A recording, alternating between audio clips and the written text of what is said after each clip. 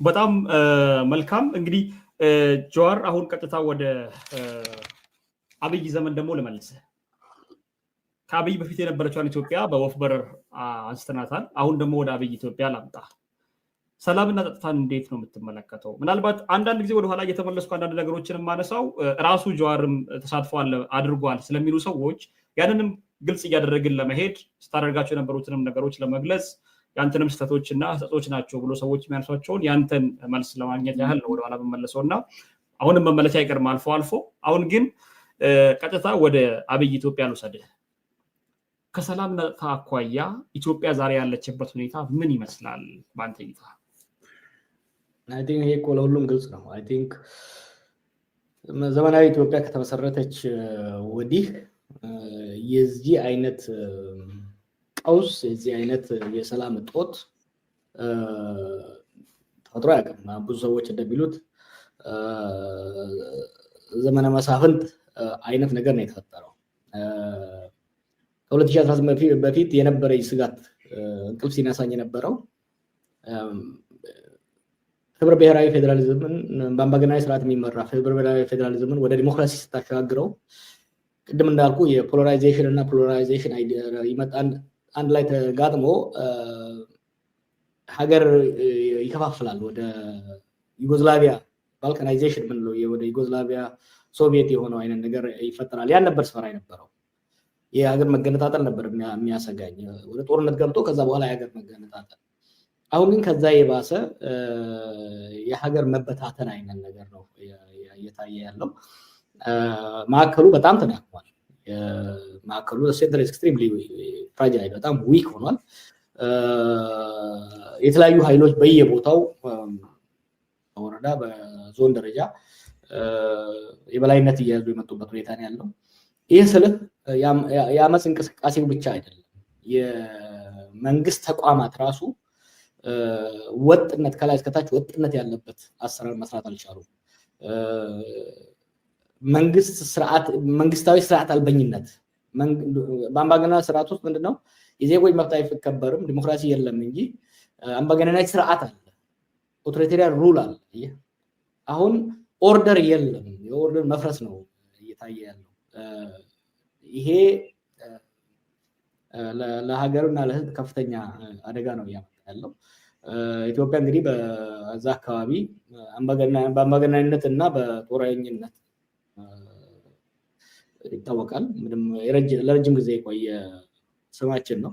ሆኖም ግን በጥንካሬ ነው የሚታወቀው። የስቴቱ ጥንካሬ ይታወቃል። ከዚህ የተነሳ በአካባቢው ለሚደርሱ ችግሮች በኮንጎ፣ በሶማሊያ፣ በሩዋንዳ በሰላም ማስከበር ነው የምንታወቀው።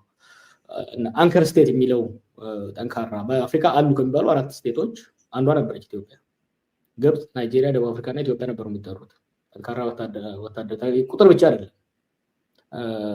ኮማንድ ስትራክቸሩ ጠንካራ የሆነ የሴኩሪቲ ሴክተር ነበረ።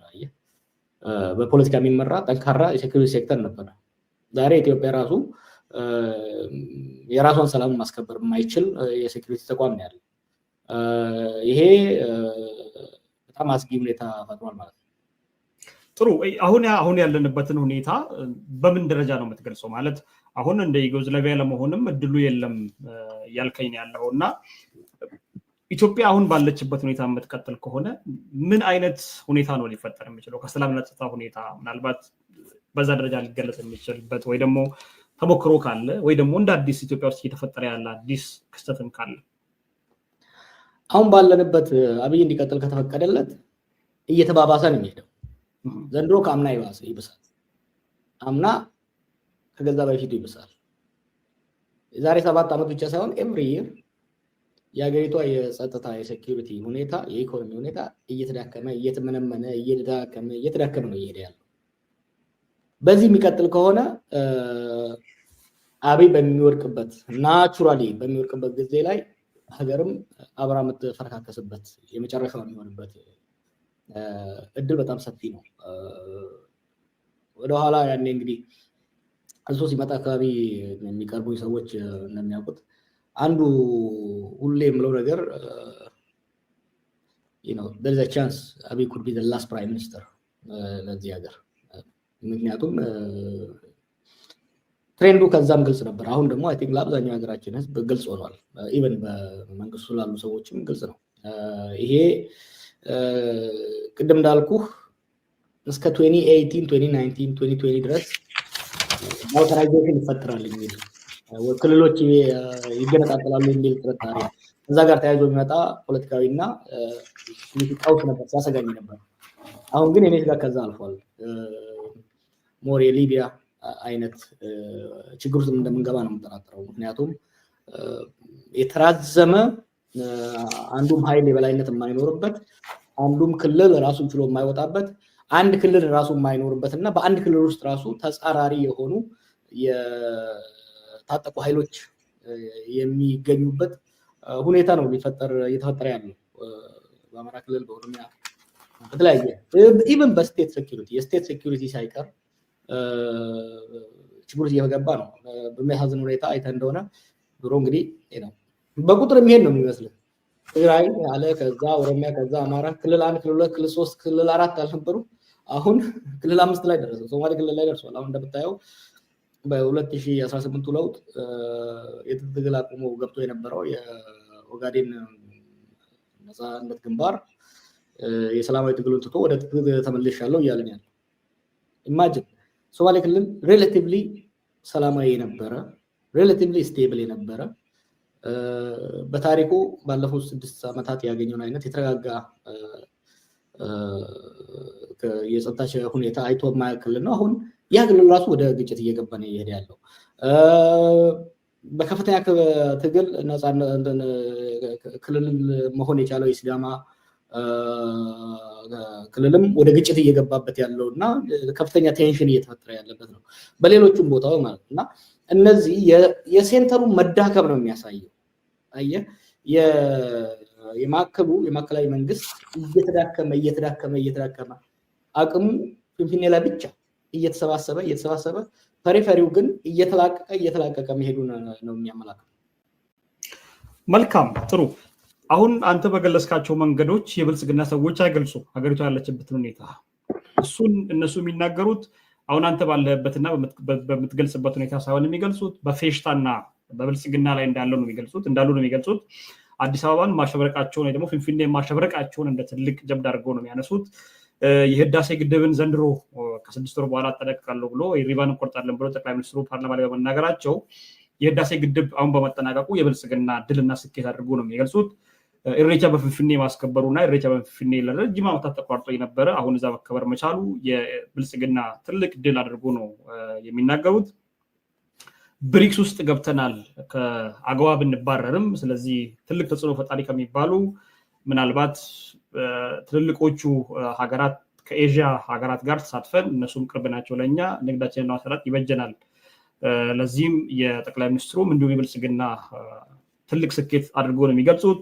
የገጠር እርሻ ምርታማነት መጨመር፣ ስንዴን ኤክስፖርት እስከማድረግ ደረጃ ደርሰናል ብሎ ነው የሚገልጹት።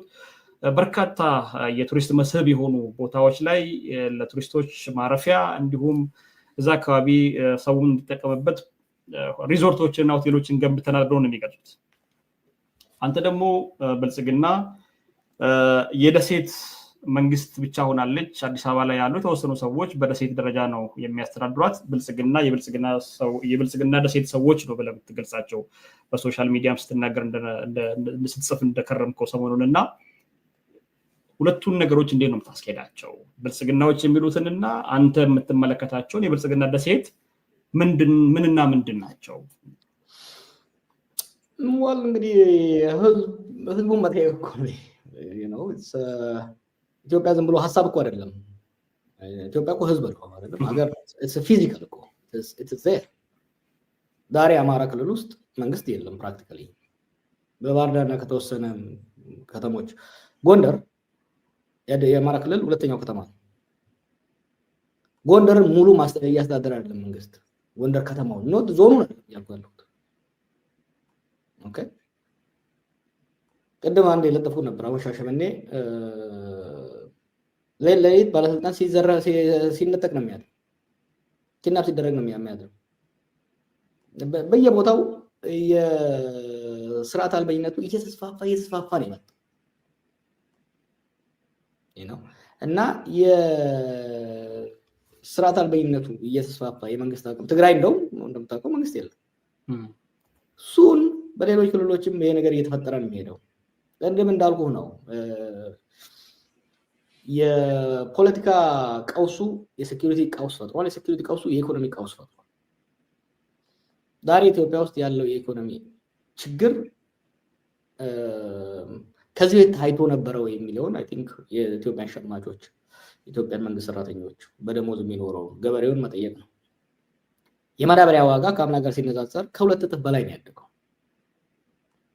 የማዳበሪያ ዋጋ አደገ ማለት ገበሬው ወይ ለእርሻ የሚጠቀምበትን ማዳበሪያ መቀነስ አለበት ከቀነሰ ደግሞ የሚያገኘው ምርት ይቀንስበታል ሶ ኩሙሌቲቭሊ ስታየው የኢኮኖሚ የሴኩሪቲ እና የፖለቲካ ችግሩ እየባሰ ነው የሚሄደው እና እኔ በኩሌ ማየው ካለኝ መረጃ ሌሎችም ያላቸው አናሊሲስ የስርዓት እየተዳከመ መሄድ ነው አገዛዞች በቅርቡ አንድ ቦታ ስናገር እንዳልኩት ለፕሮፓጋንዳ ቢሉት ችግር የለውም ይሄንን ኢፍ ህዝብን ለማሳመን ገጽታ ለገጽታ ግንባታ ቢጠቀሙት they actually believe it ያምኑታል ኢትዮጵያ በጣም እያደገች እንደሆነ ኢትዮጵያ በታሪኩ አንድ አይነት ሰላም አግኝታ አታውቅም ብለው ይደግሩሃል they actually believe in it ምክንያቱም ይሄ ብልጽግና የሚባለው ቴዎሎጂካል አይዲዮሎጂ ችግር አለበት ፖዚቲቭ ሆነ እስካሰብኩ ድረስ ፖዚቲቭ ነው የምታገኘው የሚል ከሪያሊቲ የሚጋጭ ከእውነታ የሚጋጭ አመለካከት ነው ያለው the history behind it is fascinating እና ስለ ችግር አሁን አብይም አሁን ኮንቴጂየስ ሆኗል አካባቢው ያሉትም ልጆች አሁን እንደዛ ሆነዋል ስለ ችግር ስትነግራቸው መስማት ጭራሽ አይፈልጉም ስለ ሴኩሪቲ ችግር ስለ ኢኮኖሚ ችግር ስለ ማህበራዊ ችግሮች ስትነግራቸው ደስ አይላቸውም they like to talk about positive the power of positive thinking የሚል ነገር አላቸው እሱ ነው ይዘው የሚሄዱት እና ያምናሉ ማለት ነው በፖለቲካ ደግሞ there's nothing more dangerous than believing in your own propaganda ሰዎችን ለማሳመን ፕሮፓጋንዳ የምትጠቀም ከሆነ is one thing ሰዎችን ለማሳመን የምታምንበት ከሆነ ግን it's very dangerous እና አሁን የሚታየው ምንድነው ሰውን ለማሳመን ቢሆን የሚናገሩት ኦኬ ግን ራሳቸው መሆኑት ጥሩ አሁን ደግሞ ምክንያቶቹን እናንሳቸው አብይ እዚህ ደረጃ የደረሰባቸው ምክንያቶች እናንሳ ጦረኛ የሆነበትንም እዚህ ደረጃ የሄደበትን ነገር እናንሳ የመጀመሪያውን ካንተ ልጀምር በርካታ ሰዎች ወደ አንተ ጣት ስለሚቀስሩ በዛ ጉዳይ ጀዋር መሐመድ በዛን ወቅት በተለይም የተቃዋሚ ፖለቲካ ፓርቲን በሚቀላቀልበት ወቅት አብይ ፕሮቮክ እንዲሆን አድርጓል ማለት ጀዋር መሐመድ ባለው ተሰሚነትና ድጋፍ የፖለቲካ ፓርቲን የሚቃወም ከሆነ ምርጫ ሳይደረግ ሊሸነፍ እንደሚችል ወይ ደግሞ ምርጫ ከተደረገ ሳይወዳደር ጀዋር እዛ አለ ስለሚባል ብቻ ሊሸነፍ ይችላል ብሎ ስለሚያስብ አግሬሲቭ ሆኖ እርምጃዎችን ለመውሰድ በርካታ ነገሮችን ለማድረግ እና ጫሩንም ጭምር ገድሎ በዛ ምክንያት ደግሞ እነ ጀዋርን አስሮ ሌሎቹ ላይ የሚፈራቸው ሌሎቹ ኃይሎች የትግራይ ሰዎች ናቸው እነሱ ላይም ጦርነት አውጆ እዚህ ደረጃ ለመሄድ ተገዷል የሚሉ ሰዎች አሉ ምክንያት ነኝ ትላለህ አብይ አህመድን ምን እዚህ ደረጃ አደረሰው ትላለህ እኮ ቅድም ካልከው ጋር ይጋጫል ለመሆን አየህ ቅድም ምንድን ያልከው የኔ መደገፍ የላምባገነናዊ አዝማሚያው ሚና ካለው እንደገና ደግሞ የኔ መቃወም ደግሞ ሌላ ሚና ፈጠረ ማለት ነው no really he came with a clear idea እኔ እኮ ነገር ያለው ግን ስልጣን ሳይዝ የዲሞክራቲክ ትራንዚሽን ፍላጎቱም ግንዛቤውም እንደሌለው በአንድ ፓርቲ መር የሆነው መንግስት ወደ አንድ ግለሰብ መር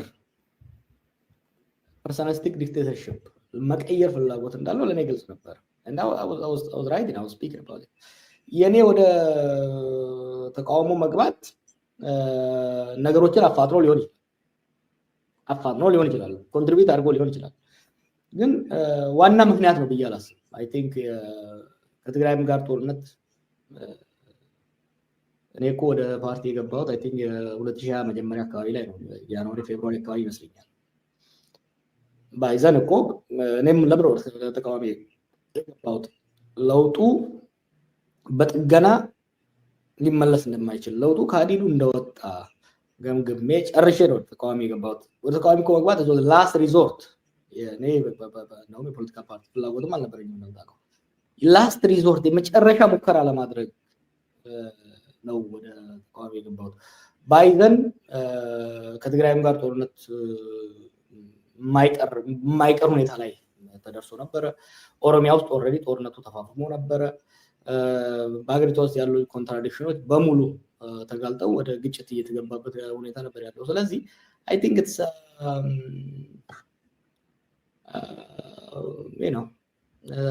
ብዙ ምንትን ማድረግ አይቻልም ለምንድነው እንደዛ ቢሉ ሰዎች በደንብ እንደው ግልጽ ለማድረግ ያህል መጀመሪያ ሲደግፍ ነበር የነበረው ብልጽግና ወይ ደግሞ የአብይን መንግስት ወደ ብልጽግናም ሳይመጣ በፊት ከዛ በኋላ አንተ እንድትቀላቀላቸው ሲጠይቁ እንደነበር መጽሐፍ ውስጥም ገልጻል ከዛ አንተ ጋር መጥቶ ተቀላቀለን ሲል አይ አልቀላቀልህም ስትለው ወደ ፖለቲካ ፓርቲ እንደው ልቀላቀል ነው ስትለው ለእናትህን አማክራት ጭምር እንዳለ ጽፋል መጽሐፍ ላይ እና በዚህ ሁሉ ልመና ውስጥ አልፈው ወደ ፖለቲካል ፓርቲ መሄድ በጣም ግፊት አድርጎበታል የሚሉ ሰዎች አሉ ለዛ ነው ይጋጫል ያልከውንም ሐሳብ ከዚህ ጋር ደግሞ ወደዚህ ጋር እየተሳለጠ የሚሄደው ለዛ ነው ያነሳውልህ ሎክ በቀላቀለው ነው አይተው ተባለ ብንቀላቀለው ነው እሱ ነው ወድና made a difference I don't think ለውጥ አይኖረውም ምክንያቱም ብዙ እኮ ባልደረቦች ተቀላቀሉ አይደለም በነገራችን ላይ ከአብይ ጋር ተቀላቅሎ የተዋረደ እንጂ ለውጥ ያመጣ ክብርን ያገኘ ሰው አይተታቃለ ነን ምክንያቱም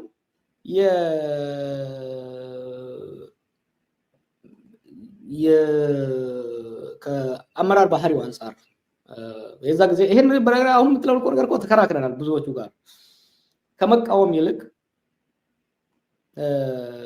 ይልቅ ጠጋ ብለን ስርዓቱ ገብተን ስርዓቱን ባለን ዕውቀት ባለን ችሎታ ባለን ተሰሚነት ማበረታታት ተተቶችን ማረም ይሻላል ብለው እኮ ብዙ ምሁራኖች ተቀላቅለዋል ብዙ የፖለቲካ አመራሮች ብዙ ታጋዮች ተቀላቅለዋል